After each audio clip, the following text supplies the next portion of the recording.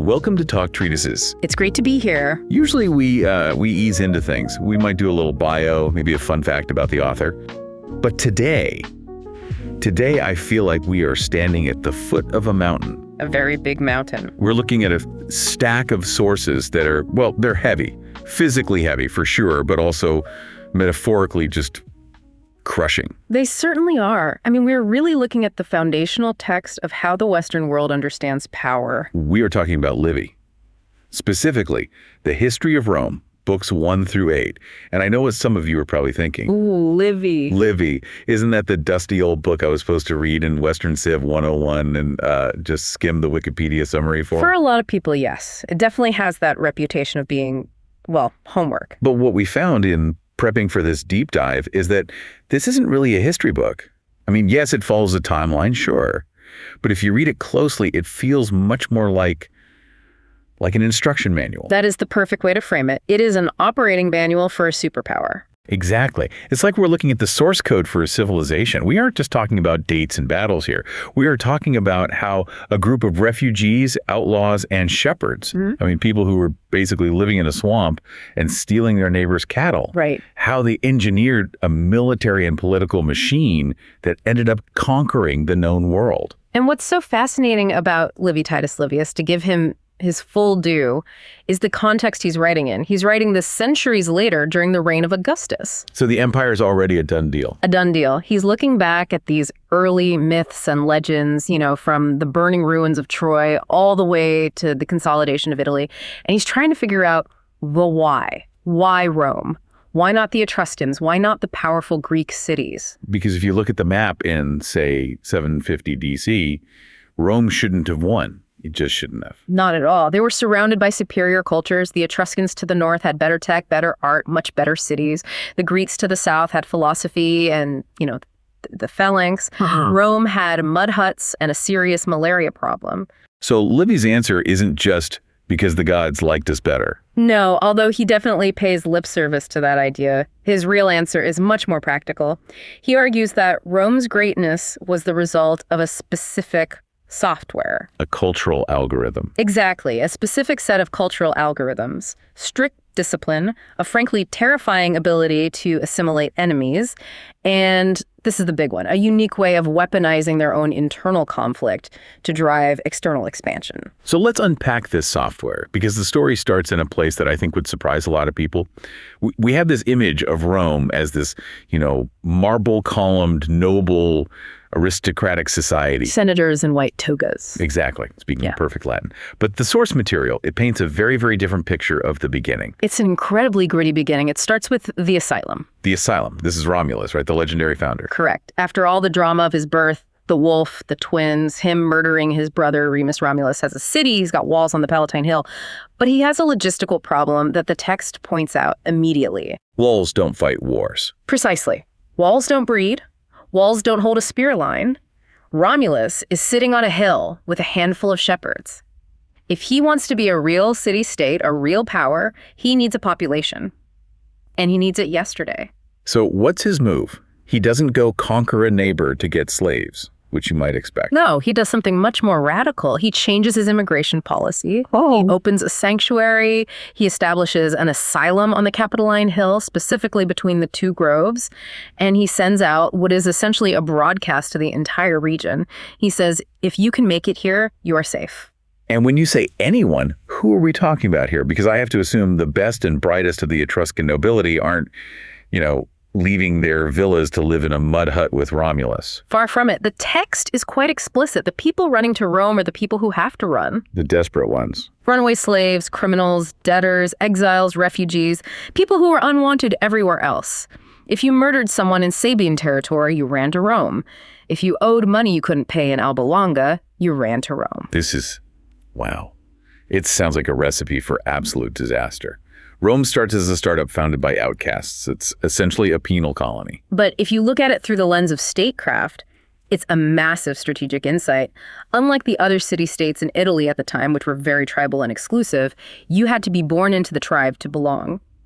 Rome prioritized manpower over purity. They didn't care about your resume. They didn't care who you were or what you had done. If you were willing to fight for Rome, you were Roman. End of story. That is a massive competitive advantage. Yeah. While other cities are limited by their birth rate, Rome can just scale. Precisely. They can scale almost infinitely. They turned their lack of standards into a world-class recruitment engine. But this, of course, creates a secondary problem, a very obvious, very biological problem. You have a city full of men. Rough men, violent criminal men, and no women. The text notes that Rome was destined to last for only one generation. Without women, there are no children. Without children, the city just dies when the last outlaw dies of old age. Which brings us to one of the most famous and, frankly, most controversial episodes in the text, the rape of the Sabine women. And I want to pause here because the language can be tricky.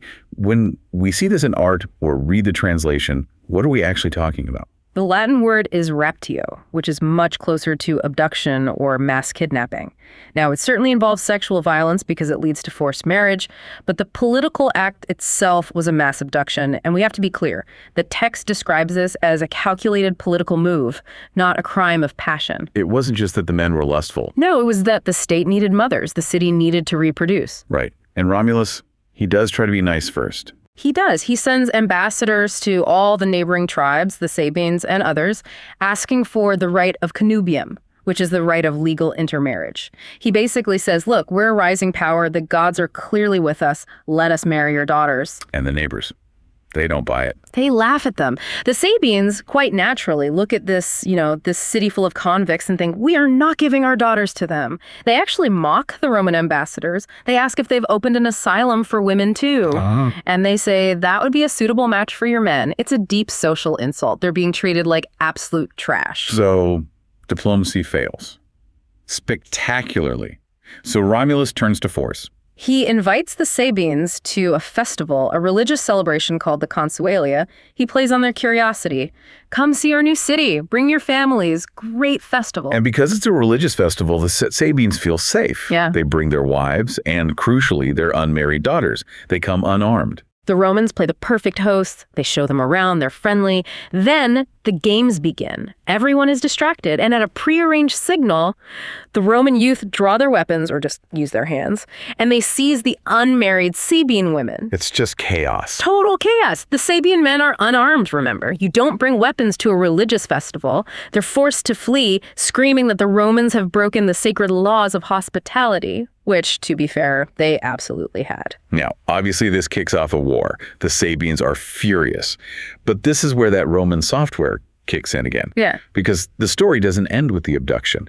And the way the text describes Romulus's next move is, well, it's manipulative genius. It is. Romulus goes to the women. He doesn't lock them in a dungeon. He speaks to them individually. He tells them, look, this only happened because your fathers were too proud to grant us intermarriage. And then he offers them legal marriage, full citizenship, and shared property rights. He recruits them. He tells them they will be the mothers of free men. He basically appeals to their ambition. You can be a victim, or you can be a founder of the greatest city in the world. That's a powerful sales pitch. And according to the text, it works. Over time, the women accept their new status, but their fathers do not. The Sabines gather a massive army. They march on Rome. They actually bribe a guard to get inside the citadel. So now you have a full-scale battle happening inside the city limits. It's hand-to-hand combat in the Forum. Rome is on the verge of being wiped out. It looks like it's all over. And then the intervention. The women. The text paints this incredible cinematic image. The Sabine women, who are now Roman wives, they rush into the middle of the battle, right into the flying spears. Their hair is loose, their clothes are torn.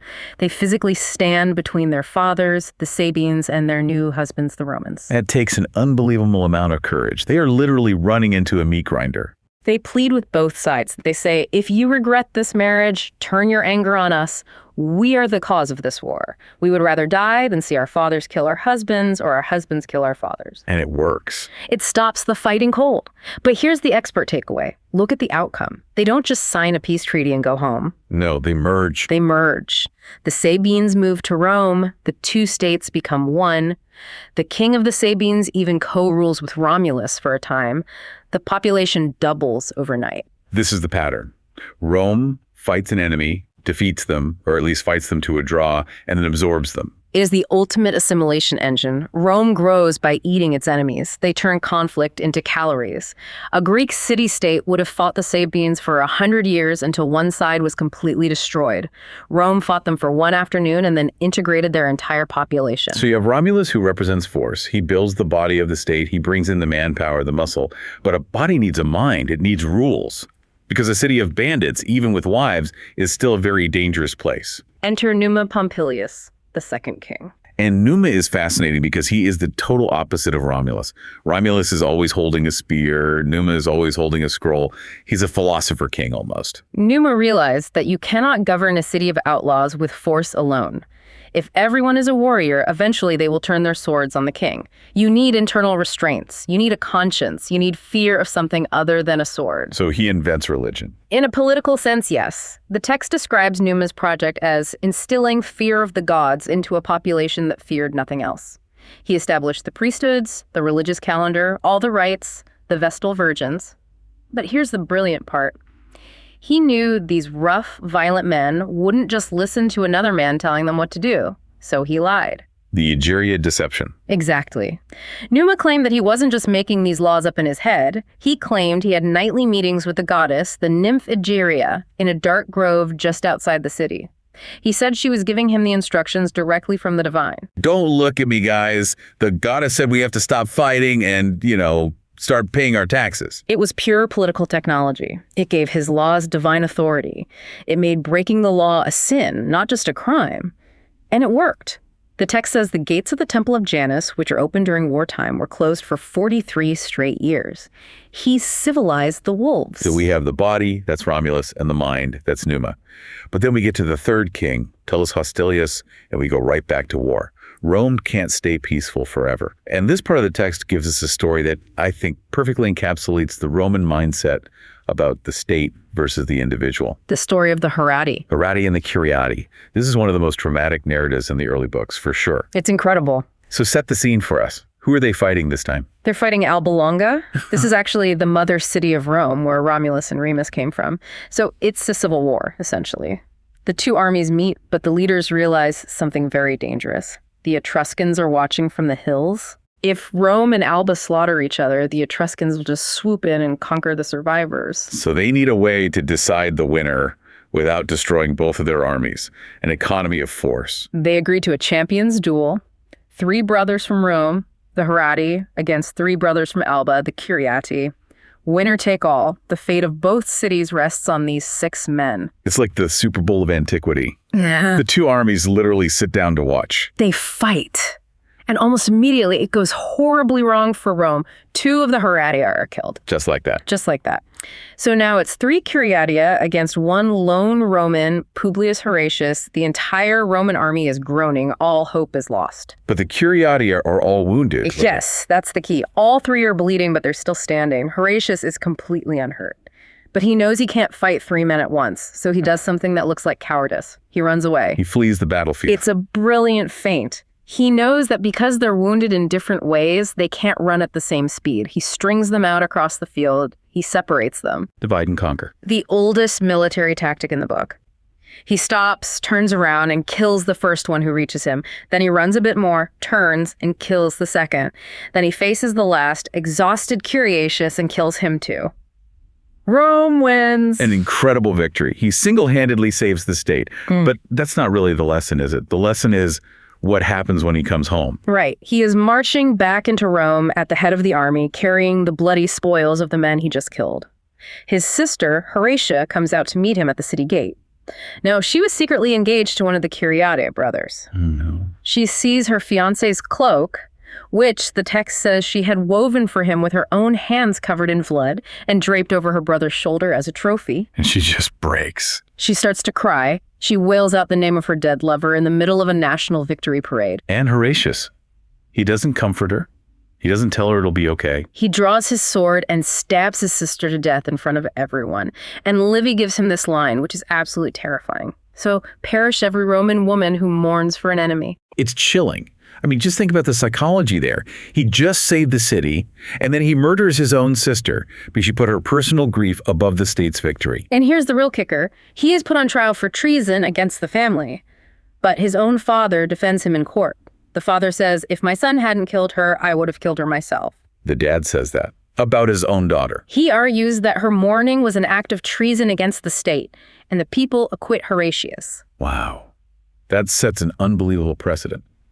The state is the ultimate family. Your loyalty to Rome comes before your loyalty to your blood, your siblings, your own grief. Precisely. The state is the apex value. Anything that threatens the morale or the unity of the state, even a grieving sister, must be removed. This is the operating system hardening. It's becoming absolutely ruthless. Okay, so we've established this intensity, this absolute submission to the collective.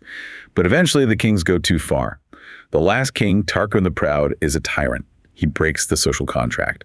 And his son, Sextus Tarquin, commits a crime that brings the whole house of cards crashing down. The rape of Lucretia. This is the pivot point of the entire history, isn't it? The birth of the Republic. It is. Lucretia is the wife of a nobleman. She is presented as the model of Roman virtue. She's at home spinning wool, she's loyal, she's chaste. Sextus Tarquin, the king's son, forces himself on her while her husband is away at war. And her reaction is extreme, to say the least. She summons her father and her husband. She tells them what happened. She makes them swear an oath of vengeance. And then, despite them telling her she is innocent and that the blame lies with the perpetrator, she pulls out a knife she had hidden and stabs herself in the heart. And her last words are the key. She says, "No unchaste woman shall hereafter live with Lucretia as an example. She kills herself to protect her honor, and by extension, the honor of all Roman women." It's a horrific tragedy, but it becomes a political catalyst. Oh. Lucius Junius Brutus, who had been pretending to be an idiot to avoid the king's wrath, pulls a bloody knife from her chest. And he swears an oath. He swears by her blood that Rome will never again suffer a king. This creates what sociologists might call a supernorm, a permanent ideological hostility to one-man rule. This will define Roman foreign policy and internal politics for the next 500 years. King. The word rex becomes a dirty word. But freedom isn't free, as they say. The Tarquins don't just pack up and leave. They try to come back. And this leads to another one of those state-over-blood moments that just makes you question the sanity of these people. You're talking about the conspiracy of the young noble. Yeah. So the king is gone, and a bunch of young Roman aristocrats are, well, they're annoyed. Why? Because the Republic is too strict. They liked the king. He threw good parties. He gave them favors. He let them get away with things. The text has a great line about this. A king is a human being. Laws are deaf and inexorable. You can ask a king for a favor. You can't ask a law for a favor. So these young men conspired to let the Tarquins back into the city. And among the conspirators are the two sons of Brutus. The sons of the very man who liberated the city. The irony is staggering. The conspiracy is discovered. A slave rats them out. The traitors are rounded up. And Brutus, who's now the consul, the leader of the new republic, has to preside over the trial of his own children. Livy paints this scene so vividly. The lictors, the official executioners, bring the young men out into the forum, they strip them naked, they beat them with rods, and then they behead them with axes. And Brutus, their father, sits there on the magistrate's chair and watches the entire thing. He doesn't look away. He doesn't recuse himself from the judgment. The text says the crowd was looking at his face more than at the execution itself. They were watching a father's agony as he executed his own children for the sake of the Republic, and he did not flinch. That is the message to every citizen. The Republic is higher than fatherhood. If the founder himself will kill his own sons to protect this new system, who are you to question it? It establishes the Republic as an entity that demands total, absolute sacrifice. It is almost a death cult dedicated to this abstract idea of liberty. And that fanaticism is precisely what terrifies their neighbors. We have to talk about the war with Porcius. This is right after the revolution. Porcius is this powerful Etruscan king. He's from the rich, civilized north, and he's trying to restore the Tarquins to the throne. He has Rome under siege. And this is where we get the legendary stories of Horatius Cocles and Mucius Scaevola.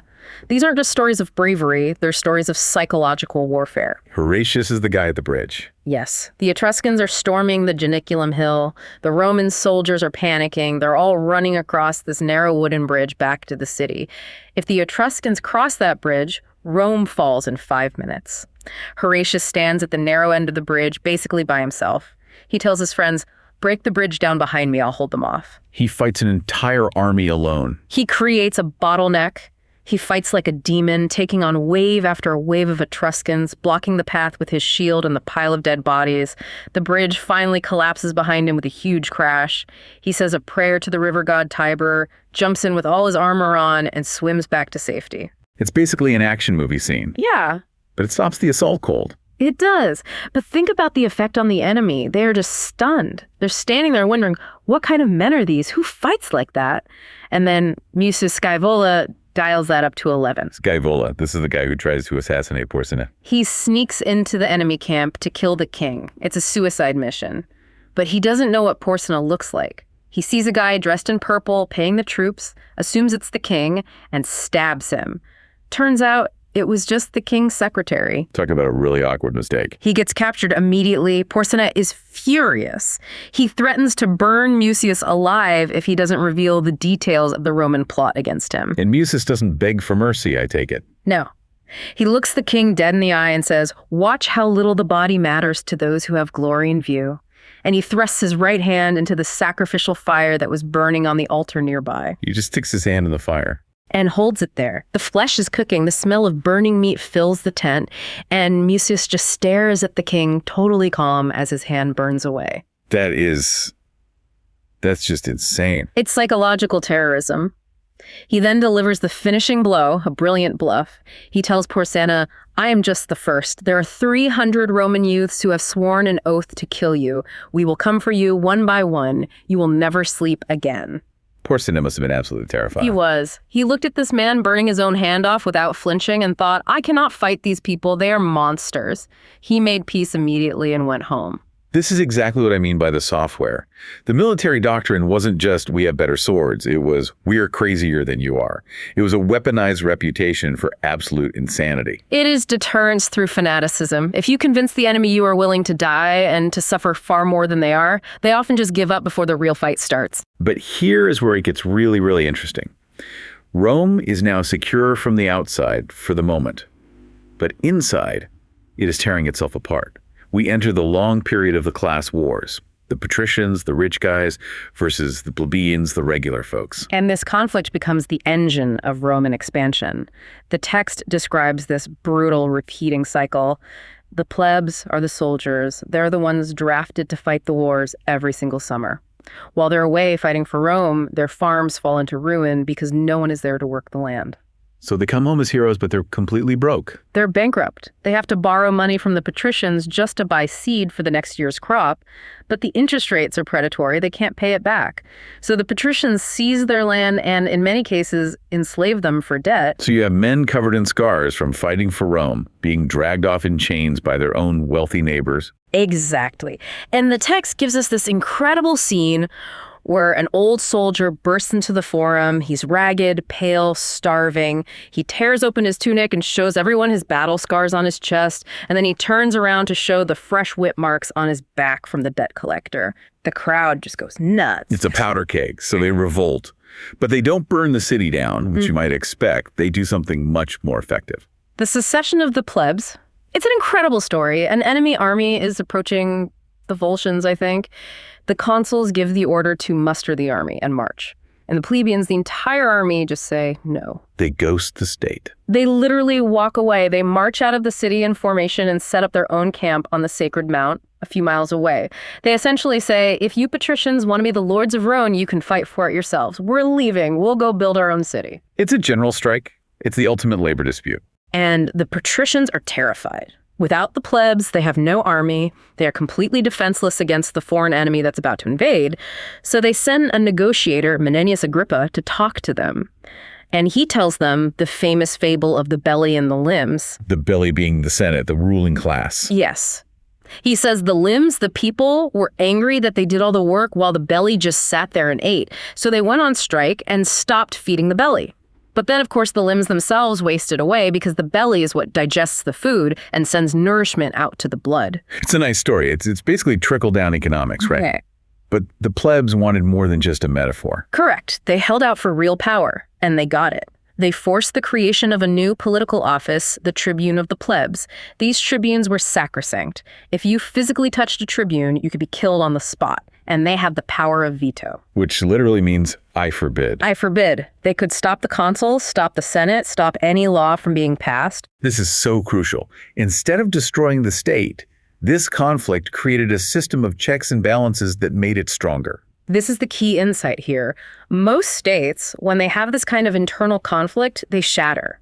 Civil war destroys them. Rome used conflict to upgrade its operating system. The tension between the patricians and the plebs became the dynamo that drove the state forward. How so? What do you mean by that? Because the only way to satisfy both sides was expansion. The patricians wanted glory and wealth from conquest. The plebs wanted land and debt relief. The political compromise was always, okay, we will go conquer more land so that everyone gets a piece of the pie. Internal pressure drove external expansion. And they created these safety valves. Yeah. Like the office of the dictator. Now, when we hear dictator today, we think of modern tyrants. But in Rome, it was a totally different thing. Completely different. It was a constitutional office. In a dire emergency, the consuls would step aside. You pick one guy, you give him absolute power for 6 months to fix the problem, and then he must step down. And Cincinnatus is the archetype, the perfect model. The ideal dictator. The story goes that the Roman army was trapped and about to be annihilated. The Senate needed a savior. They sent a delegation to the home of Cincinnatus. He wasn't in a palace. He was on his small 4-acre farm, plowing the dirt. He was sweating, covered in dust. The delegates tell him to put on his toga to receive the will of the Senate. He wipes off the sweat, puts on the toga. They tell him he is dictator of Rome. He goes to the city, raises a new army, marches out, defeats the enemy, the Aequi, in a brilliant campaign that takes only 15 days. He saves the army, saves the state. He has absolute power. He could stay. He could make himself king. Nobody could stop him. But he doesn't. He resigns the dictatorship on day 16 and goes right back to his plow. Why? Why give up that power? Because in the Roman mind, power is a burden. It's a heavy weight you pick up to do a job, and you put it down as soon as the job is done. It's not a prize to be hoarded. This mythos kept Roman generals in check for centuries. The goal wasn't to be a king. The goal was to be Cincinnatus. So the system is working. It's robust. They're conquering their neighbors. They're assimilating people. They have checks and balances. And then the Gauls show up. The Gallic catastrophe, 390 BC. This is the moment Rome almost died. For good. It's hard to overstate how shocking this was. The Romans were used to fighting other Italians, people who fought in organized phalanxes, who had rules of war. The Gauls were different. They were like aliens to the Roman mind. Huge men, wild hair, stripped to the waist, screaming and howling, fighting with these big, long, slashing swords. They didn't fight for land or for the state. They fought for plunder and glory. They swept down from the north like a natural disaster. The Roman army meets them at the river Aralia. And it's not even a battle. It's a slaughter. It's a complete rout. The text notes with disgust that the Romans didn't even bother to set up a proper camp or take the auspices. They were terrified before the first spear was thrown. The line just broke and ran. They were butchered as they fled. And the road to Rome was wide open. The Gauls marched right into the city. The gates were open, no guards. It was a ghost town. Most of the population had fled to the countryside or had holed up in the capital, the defensible fortress on the hill. Except for the old senators. This is one of the most haunting images in the entire work. The elderly senators, men who had been consuls and generals, they decided they were too old to be useful in a long siege, and they were far too proud to run. So they put on their finest ceremonial robes, sat in their ivory chairs in the courtyards of their houses, and just waited. The Gauls wander into the city. They see these silent, statuesque figures. At first, they think they're gods or statues. One Gaul walks up to a senator, Pompilius, and cautiously pulls on his long white beard just to see if he's real. Pompilius, insulted, strikes the Gaul on the head with his ivory staff, and the spell breaks. The Gaul kills him, and then the general slaughter begins. They kill the rest of the senators, they loot the city, they burn it to the ground. Rome is reduced to ash. The Romans are trapped on the Capitol Hill, they're starving, and eventually they break. They agree to pay a ransom for the Gauls to leave. This is the Vae Victis moment. Woe to the vanquished. They're weighing out 1,000 pounds of gold to pay the Gauls. The Romans complain that the Gauls are using false weights, that they're rigging the scale. The Gallic chieftain Brennus just laughs. He unbuckles his heavy iron sword and throws it onto the scale, making the price even higher. And he says the famous line, Vae Victis. Woe to the vanquished, meaning you lost, you have no rights, you are nothing, shut up and pay. It was the ultimate absolute humiliation. But then Camillus shows up. Camillus, the second founder. He was in exile, but he returns with a relief army just in the nick of time. The text says he arrives at that exact moment, throws his sword onto the scale, and says, Rome is recovered with iron, not gold. Meaning we pay our debts in steel. He attacks the Gauls, drives them out of the city, and saves Rome. Now, historians debate if this actually happened or if it was Livy rewriting a shameful moment to make it more heroic. But the lesson is what matters. You don't buy your safety, you fight for it. But the real danger, the real test, came after the Gauls left. The city was a ruin. The people were demoralized. They looked at the blackened stones and the burnt timbers and said, why are we doing this? Let's just move. This is the great debate. They wanted to move to Veii. Rome had just conquered Veii, a rich Etruscan city nearby. It was empty, the buildings were intact, the walls were strong. It made total logical sense. Why rebuild a burnt-out wreck when you have a move-in ready city 10 miles away? It's the rational choice, the easy choice. But Camillus gives this incredible speech that changes the course of history. He argues that you cannot move Rome, because Rome isn't just the people, Rome is the place. It is the religious geography, the temples, the sacred altar of Vesta, the spot where the head of Jupiter was found on the Capitol Hill. He argues that if they move to Veii, they stop being Romans. They become Etruscans. Geography is destiny. If they abandon the specific spiritual struggle of that location, they lose their entire identity. So they stayed, they rebuilt. And the text argues that the haphazard winding streets of classical Rome were a direct result of this hurried rebuilding. But the key is, they didn't quit. They embraced the hardship. That resilience is the core of this anti-fragile nature of the state we're talking about. They get crushed and they come back harder. Which leads us directly to their military doctrine. Because after the Gallic disaster, the Romans became obsessed with discipline. Obsessed. They realized that individual bravery, the kind Horatius at the bridge showed, wasn't enough. They needed a machine, a perfectly obedient machine. And we see this in the horrifying story of Titus Manlius Torquatus. This is a tough one to stomach. The manly and discipline. We're in the middle of the Latin War now. The two armies are facing each other. The consuls have given a strict order, no skirmishing. No one is to fight out of the line. The discipline must be absolute. And the consul's own son, Titus Manlius the Younger, is leading a patrol. A famous Latin commander rides up and challenges him to single combat, taunts him, calls him a coward. The son can't take the insult to his family honor. He accepts the challenge. They fight. It's a brilliant duel. The son wins. He kills the enemy commander, strips his armor, and rides back to camp triumphant. He brings the spoils to his father, the consul. He expects praise. Look, Dad, I upheld the family honor. I won. And the father. The father calls a full assembly of the army. He says, you have obeyed your ego, but you have disobeyed the consul. You have weakened the discipline, which is the only thing that holds this state together. He then orders the lictors to tie his son to the stake and behead him in front of the entire army. He executes his own son for winning. That is just insane to the modern mind. For winning without orders. It's a brutal, brutal lesson. Victory without discipline is worse than defeat. If the individual parts of the machine start acting on their own, the machine breaks down. This act terrified the army into absolute obedience.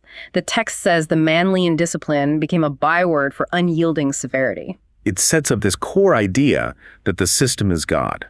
Individual heroism is actually dangerous if it doesn't serve the system. And we see this resilience again after the disaster at the Caudine Forks. The Samnites, they're rivals in the mountains. They trap the entire Roman army in a narrow canyon. They force them to surrender. But instead of killing them, the Samnite general decides to humiliate them. He makes them pass under the yoke. It's a ritual of disgrace where you have to strip off your armor and bow down under a spear while the enemy mocks you. The Samnite general made a fatal mistake. He should have either killed them all or made them friends and allies. By humiliating them, he ensured that they would never, ever forgive him. The Roman army went home. The whole city went into mourning. They refused to do business. The Senate met in secret. And they refused to accept the peace treaty. They rebuilt the army, went back, and utterly annihilated the Samnites over the next several decades. Rome does not know how to lose. They view a defeat only as a temporary setback in a war that continues until they win. It's a terrifying mindset. So we have the discipline, we have the resilience. And finally, let's talk about the strategy of settlement. How did they handle the Latins after they finally beat them for good? This is the genius of divide and rule. After the Latin War, the Senate had to decide what to do with all these defeated cities. Usually in the ancient world, you just burn them to the ground or sell everyone into slavery. But Rome did something much smarter. They looked at each city individually. Some cities were given full Roman citizenship. They became Romans. Some were given citizenship without the vote. Some were destroyed. Some were turned into colonies. It was a case-by-case basis. So they deliberately broke the links between the Latin cities. Exactly. If you're a citizen of the town of Lanuvium, you can trade and marry with a Roman, but you can't trade or marry with a citizen of Aricia, the town next door. All roads must lead to Rome. They created a hub-and-spoke system where every subject state was connected to the center, but totally disconnected from each other. Which makes a coordinated rebellion basically impossible. You can't organize against the hub if you can't talk to the other spokes on the wheel. And this allowed them to build a manpower reservoir that no one else in the Mediterranean could even dream of matching. And binding all of this together is that fanatical devotion we talked about. The episode of Decius Mus in the Latin War just sums it all up. The devotio. The battle is going badly. The Roman line is wavering. One of the consuls, Decius Mus, realizes that only an extraordinary sacrifice can save them. What does he do? He calls the Pontifex Maximus, the high priest. He puts on a special toga. He stands on a spear. And he repeats a sacred ritual formula, devoting himself and the enemy army to the gods of the underworld. He basically invites the spirits of death to take him, and to take the enemy army with him as payment. And then he mounts his horse, ties his toga in a special ritual way, and rides straight into the thickest part of the enemy line. He gets hacked to pieces almost instantly. But the Roman soldiers see this. They see their consul, their leader, willingly dying for them. And just as importantly, the Latins see it too. They believe that this man has just summoned demons from the underworld to drag them to hell. The Romans fight with supernatural fury. The Latins completely panic. Rome wins the battle. It's the ultimate expression of the individual dying for the state. It's weaponized suicide. It connects right back to Numa. Religion isn't just about festivals and calendars. It's about leveraging the irrational forces of the human mind to achieve political and military goals.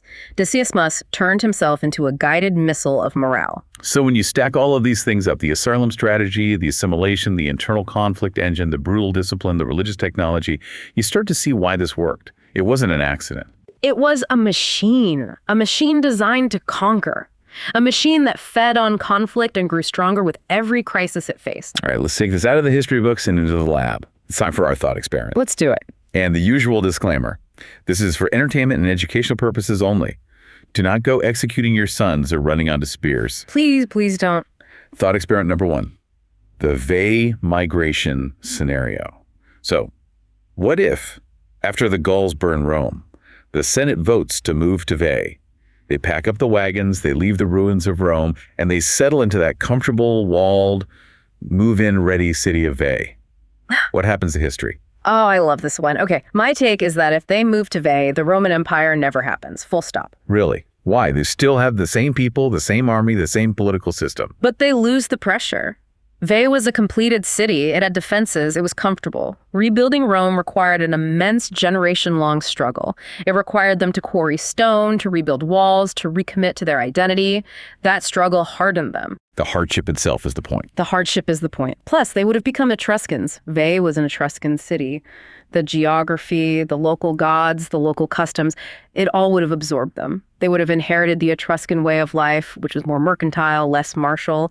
They would have become just another prosperous Italian city-state that eventually got conquered by someone else, maybe the Samnites, maybe a later Gallic invasion. So without the ruins of Rome, they lose the Roman spirit. Geography is destiny. Absolutely. The place anchored the idea. Without that specific, sacred, difficult place, the idea would have just dissolved. Thought experiment number 2. The Manlian discipline in modern corporate strategy. Okay, so imagine a massive tech company. You have a division head who is a certified genius, a total rock star. He ignores corporate protocol. He violates the compliance rules. He ignores the CEO's direct orders, but he delivers a product that makes the company billions of dollars. He wins his single combat. The Torquatus scenario. Exactly. Do you promote him or do you fire him? If you follow Livy, you fire him publicly, and you make an example of him. You execute him professionally. Yes, because if you keep him, you are establishing a precedent that competence is more important than hierarchy. You are sending a message to your entire company that if you are smart enough, the rules don't apply to you. And in a small startup, maybe that's okay. You need that rogue genius to get off the ground. In a startup, yes. But Livy is writing the manual for building an empire that lasts 700 years. To scale that large, you cannot rely on individual geniuses. You must rely on a system. If the system becomes subordinate to the rock star, the moment the rock star leaves or makes a mistake or goes crazy, the entire company collapses into chaos. So the CEO fires the rock star to terrify the rest of the organization into alignment. If I fired him for being successful but disobedient, imagine what I'll do to you for being mediocre and disobedient. It secures long-term institutional stability at the price of short-term individual talent. It's the Amazon or Apple approach versus a chaotic creative agency. The system must be the star, not the individual. Brutal, but brutally effective. That is the Roman way. So what does this all mean? When we really look at Livy, we are looking at a roadmap for creating a state that is profoundly anti-fragile. It actually gains strength from wounds. The Gallic Sack didn't kill it. It made it paranoid and hyper-aggressive. The internal class war didn't destroy it. It created a robust and flexible political system. And it gains manpower from its enemies. It gains stability from religion. It is an absolute masterpiece of brutal, effective political engineering. It really is. But I guess the lasting question, the thing that sticks with me after reading all this, is the cost. Is this level of discipline, this total subordination of the self, like Torquatus killing his son or Decius killing himself, is that even possible without the constant grinding thread of annihilation? And that is the key, isn't it? Rome was forged in a high-pressure, high-stakes environment. They were always on the brink of destruction for the first few centuries. And when you're always about to die, the group becomes everything. The individual becomes, well, nothing. The ultimate survival mechanism. Indeed. Thanks for joining this deep dive into Talk Treatises. We'll see you in the next one.